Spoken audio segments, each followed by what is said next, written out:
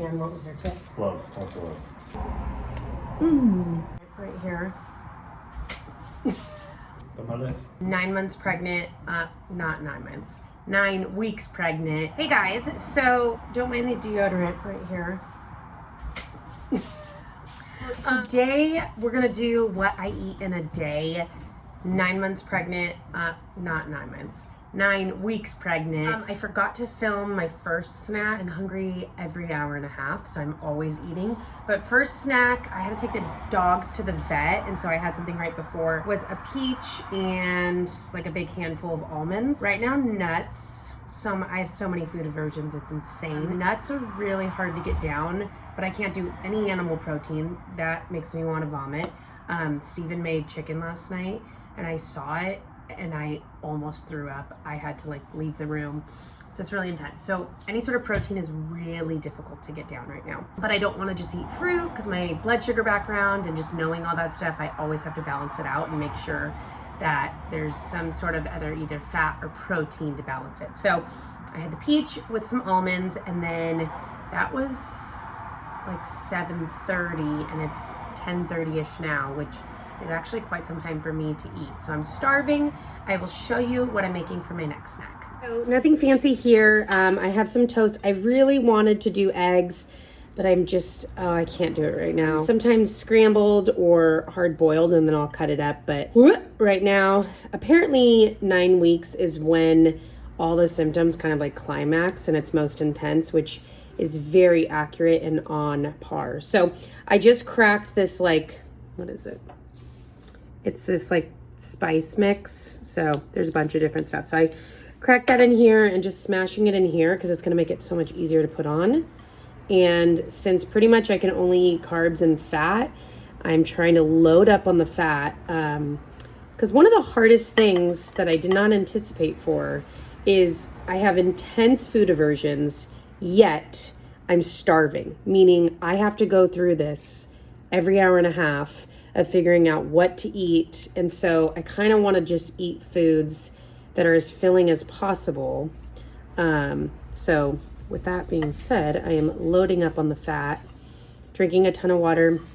I still can't do coffee or tea or anything like that. Anything like warm just is gross. So, and I'm loving hot sauce right now. So I'm gonna enjoy that. And yes, I like a lot of hot sauce. I'd probably do more if I wasn't filming this. Anyways, that's gonna be my next snack.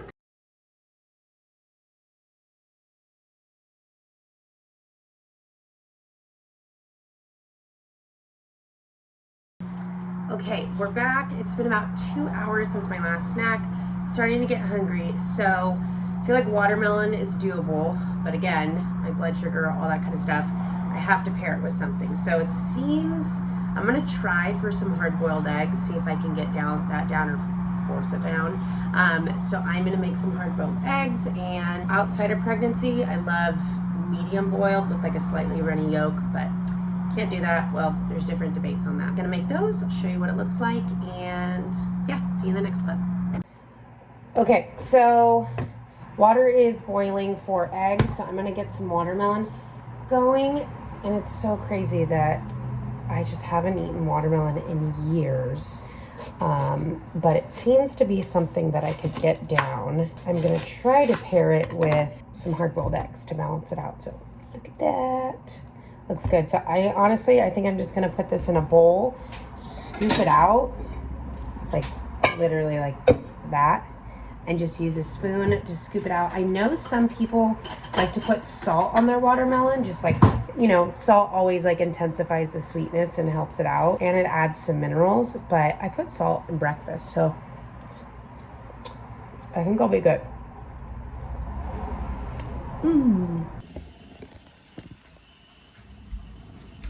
All right, water is boiled, so I just put water in here, got it boiling. It's about halfway full. So what I like to do is add the eggs in gently so that they don't crack. Turn off the heat, and you're gonna just gently ladle them in.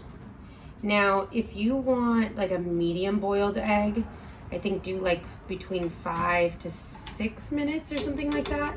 I need to have mine hard boiled, so I'm doing 8 minutes. So heat is off, you cover it and let it sit for 8 minutes if you want a hard-boiled egg. The one thing you'll want to do to prep for your eggs for when they come out is you want to fill a bowl with ice cold water. Make sure there's plenty of ice in that because that's actually going to shock the eggs and stop the cooking. Now I'm doing hard-boiled, so it's like, what is it going to get more hard? If you are looking for like a soft boiled or medium boiled, this is super important to do. So as soon as you pull those eggs out, you're going to let them bathe in the ice water.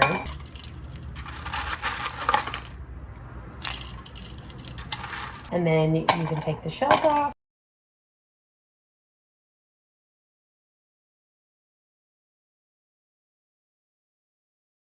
So it's been 8 minutes. We are going to take out the eggs. So we have a nice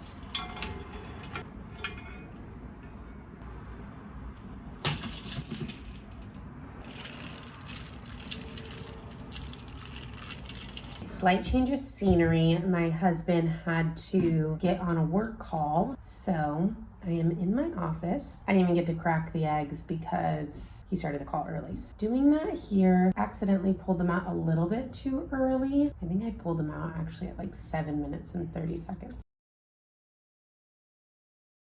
And then I'm gonna add a bunch of salt. Ooh, I should have grabbed black pepper. I'm gonna snack on those. I grabbed 3. I don't know if I'm gonna be able to eat them. The fun stages of nausea. You know what's interesting is I actually am very, very, very blessed to not have morning sickness or nausea. The only time I get nausea is in regards to food. I have the most intense food aversions. When I think of certain foods or see it or smell it, it does not sit well with me. And that's when I get nauseous. So I'm gonna try to get this down. I already ate all the watermelon, so that kind of helped fill me up. And I grabbed 3 just in case, because I haven't really had protein in quite some time. So it'll be really good to get some protein and fat in me, just to fill me up at this point with the amount of food aversions I have. I just want each meal to fill me up and like hold me over for hours so that I don't have to deal with it again. All right, so 3 eggs, and add a bunch of salt, and there you have it.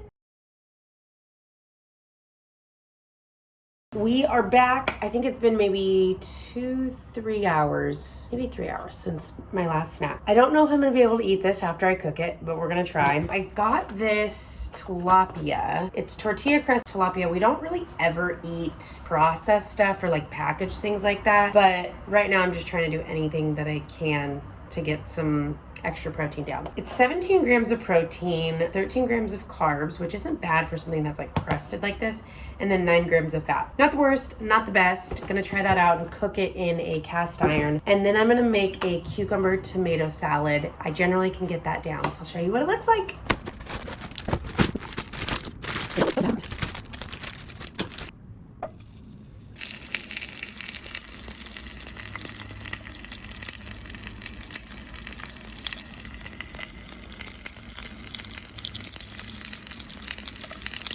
So we're gonna get the salad prepped. I love red onion, so I use a good amount of it.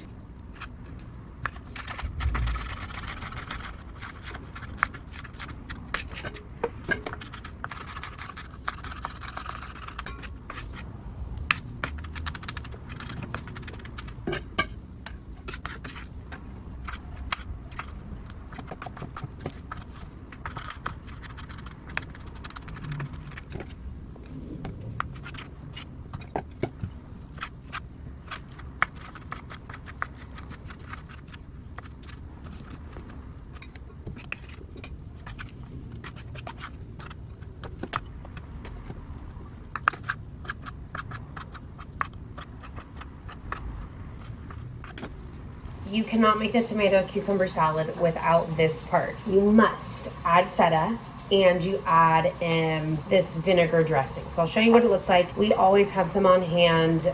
It's super easy to make. I top this on my normal salad, but I also use it on this cucumber salad. There's a little bit left over here. I tend to do heavy vinegar, just I like that vinegary taste. I love the benefits of vinegar. Really helpful for digestion and balancing blood sugar. If you have like a shot of vinegar, make sure it's diluted in a little bit of water prior to a meal. It's gonna help balance that blood sugar. Add your olive oil, some like a salt and pepper mixture. This has like a few extra things, but you don't really want to overcomplicate it with other spices. And then prize ingredient, little Dijon. So we kind of like stuff a little bit spicier, so we use a good amount. And that's your dressing, and we just keep that in the fridge all week long. And it's just so easy to make. You don't need to buy packaged dressings. It tastes delicious. So then we are going to add this and the feta to the salad, and then it's done. You have the dressing. Use as much as you'd like. Again, most of it's kind of this vinegar. You can always add more. And then we just get our feta from Costco. I like heavy feta, especially in this meal. Sometimes all I can eat is this. So this is my fat source, and there's probably a little bit of protein. 4 grams of protein, so that's not bad. And then you just want to toss, get everything evenly coated. The longer it sits in this marinade, and by marinade I mean dressing, and kind of binds with the feta, it creates a little bit of a sauce. It just adds to the flavor, intensifies it. So if you make a big batch and then have it the next day, it is so good. You can also add pepperoncinis, Kalamata olives, pickled onions or pickled jalapenos. Those are all great options, things I've done before. That is kind of the standard traditional cucumber tomato salad. There you have it. Nothing presentable or Michelin star worthy, but it tastes delicious. I ended up doing 2 pieces because they're really thin, and if I can get 2 in, that's great. Sauces, I'm not sure what I want right now. I could do like a little mix of Dijon and this spicy taco sauce, or I could go more of like a pesto route, but I'm feeling that might be the case, or even Cholula, to be honest. So doesn't look that pretty, but that is what it is. Delicious, full of good macros, and hopefully will fill me up. Fuck. It's crazy how you can eat this, and then half an hour later you want to vomit on it. It wasn't half an hour later. I said you want to vomit 5 seconds in. This is a goodie. Yeah, digging it. Yeah, and that's, I mean, You do that with like black beans and rice, like brown rice or something. What do you get? It's like a black bean, corn, and avocado salad with feta. The one that I made before? I believe I introduced you Excuse to that me? one. I've made that for centuries. Oh, Babe, you're as white as it gets.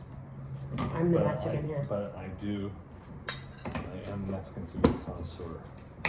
Just because you know how to make guacamole doesn't mean you know anything. It sure does. Have you ever made tamales for Christmas? Yes, I have. Do you know how to say it correctly? Tamales. Made them twice for Christmas. One of them is with you. And then the other one was what? Beacon House. So you haven't even made it with a Mexican grandmother? Yes, the guy from the Beacon House brought his Mexican grandmother with him to make them. Thank you very much.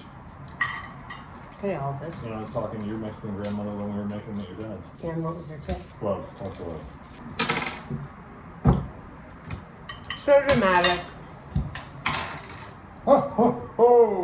Okay, Santa Claus. You guys want to go for a walk? We'll go for a walk. We'll go for a walk. Are you guys excited? Jet, not good. Sit. We are on our little afternoon walk. We've been doing this every night. Just taking the monkeys for a walk after dinner. I like to walk after every snack or meal, even if it's just like 5 minutes. It'll help balance blood sugar, helps get me outside, helps with digestion a little bit, and just, I don't know, it just feels good. So we try to do it every evening, and it's good little quality time with the fam, and we're excited when there's gonna be a little baby with us. So that's that.